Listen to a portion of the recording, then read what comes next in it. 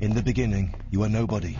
Who are you? The fans cry. You're in over your head, the papers say. But you don't listen, even when the losses come, when the board says the clock is ticking, when everyone says it's over. What we've tried to do with Football Manager 2010 is really improve the experience of playing the game for both new and old users alike. With Football Manager 2009, it was actually our best-selling game ever. We had, I think it's 22 weeks at #1 in the UK in the PC chart, and we're also voted the second best game of all time by Radio 1 listeners, which is a pretty amazing accolade to get. But none of us in the studio were really that happy, particularly with the box release. It wasn't up to the standards that we set ourselves. I think it got there after a few patches. What we want with FM 2010 is to really have that experience from day one.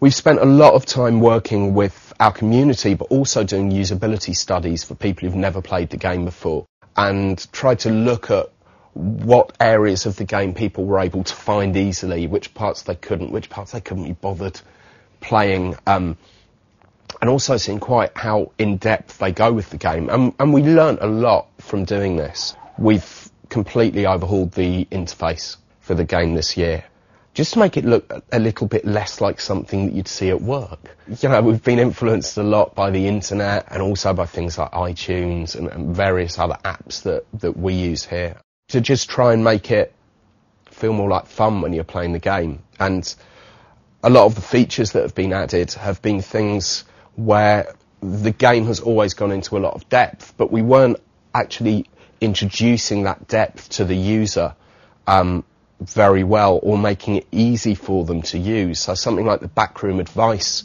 section, which means that your staff will advise you on tactics and players to sign and things throughout your whole game world, which players should be being asked to do what in training and things like that. Some of that stuff was already in the game, some of it's new, but there was no easy way for a user to find it. So we've worked very hard on trying to improve that side of things, as well as a host of new features, and really refining a lot of the old ones as well. For many years in our games, we've had a tree menu on the left-hand side, which has been the main navigation area for a lot of users. But there are actually two other ways to navigate the game as well, and we decided to cut one of those out and try and have a main focal point. So the navigation of the game has now moved to the top part of the screen, which is an area that most people look at most of the time anyway. We've also got a calendar timeline there, so you can always find out what's happening in the next few days. And trying to make it so that options that were slightly hard to find in old menus are now a lot easier to find in the new menus. A lot of the work has been done working alongside a company called Flow, who are usability experts.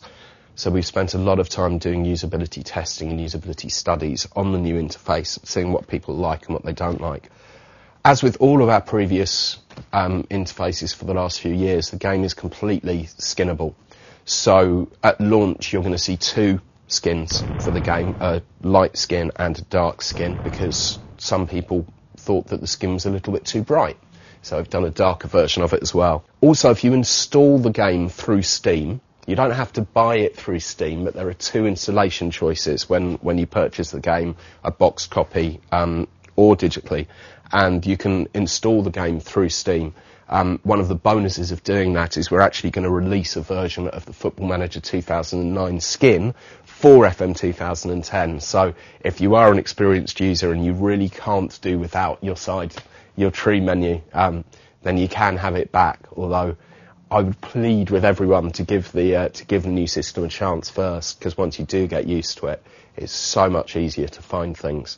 Talking to the community has also been imperative, and we've spent a lot of time on the forums. We've actually got a guy based in our QA department here now, whose full-time job is to go through the forums and talk to people on there about the issues that they have with the game, the bugs that they have with the game, and logging feature suggestions from the forums. Getting feedback on that is really important. So we've expanded the off-site beta test team that we have as well, which is made up from people who've put together really good constructive criticism on our forums, or who are reporting bugs in a way that's easy for us to understand.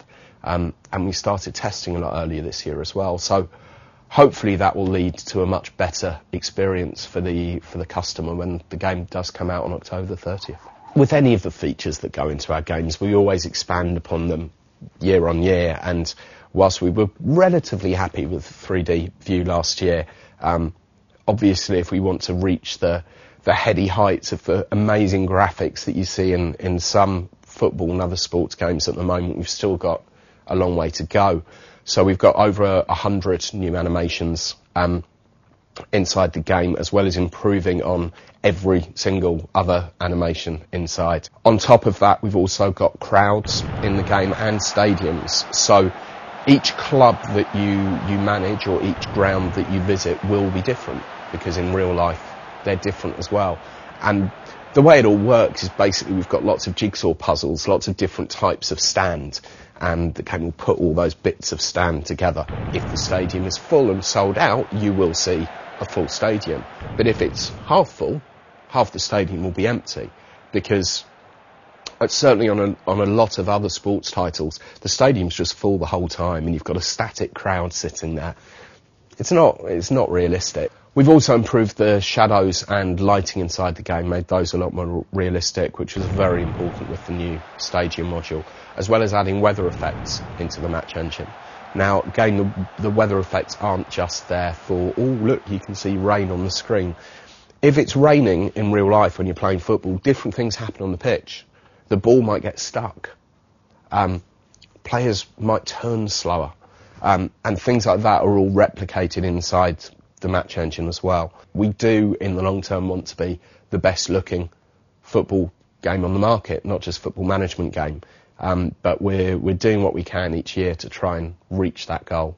One of the results that came back from the usability studies that we were doing was regarding the tactics module. We felt that we needed to do something more football based and make it easier for people, because the sliders were confusing people. So the system that we came up with, and we work very closely with the community on this, there's the tactics forum at SI Games website forum, has some incredibly clever people on it who would go in and analyse every single slot on every single one of the sliders. But everything is football based. So when you're setting up a tactic, you have a nice short few steps that you have to go through, where you choose your mentality, where you choose whether the team are going to play fluid or rigid football, and you can set up individual instructions very easily for each of your players. So rather than just having strikers, midfielders and defenders, you're able to set box-to-box midfielders or advanced playmakers for the midfielders, deep-lying playmakers, defensive-style midfielders. What it's essentially doing in the background is adjusting the sliders for you. These are presets.